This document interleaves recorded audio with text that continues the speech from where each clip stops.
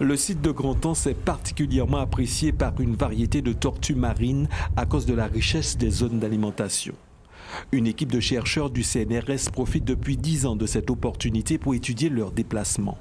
Le périple des scientifiques commence par la recherche d'une balise équipée d'une caméra qui, après 24 heures, s'est détachée de la carapace d'une tortue verte. Cette balise est composée d'une caméra haute résolution, donc haute définition, qui nous permet d'enregistrer le comportement de l'animal sur 24 heures.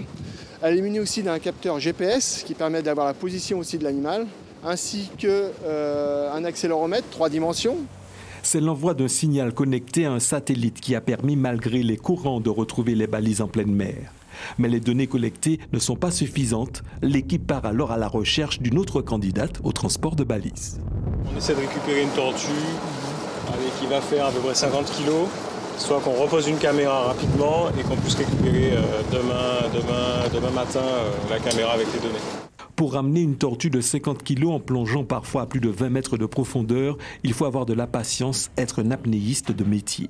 C'est le cas de Sydney qui aura sillonné la baie pendant près d'1 heure avant de repérer sa première tortue. C'est une nouvelle. Je lui ai injecté un transpondeur, donc c'est un identifiant électronique qui nous permettra de la suivre et à chaque fois qu'on va la recapturer d'une année sur l'autre, de savoir si elle est restée dans cette anse ou carrément en Martinique. Les tortues arpentent la planète depuis 150 millions d'années. Pourtant, de nombreux mystères planent encore sur leur migration. Celles qui séjournent à Grand-Anse ont fait le voyage depuis l'Amérique du Sud, parfois même depuis la Floride. Ce sont en majorité des immatures, de jeunes tortues attirées par la qualité des herbiers qu'offrent nos zoos.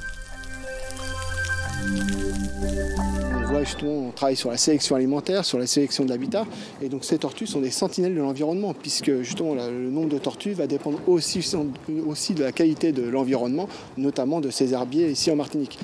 La Martinique est un lieu de développement pour ces tortues qui assurent ici leur croissance pendant environ une quinzaine d'années avant de rejoindre les tortues adultes sur les zones de reproduction.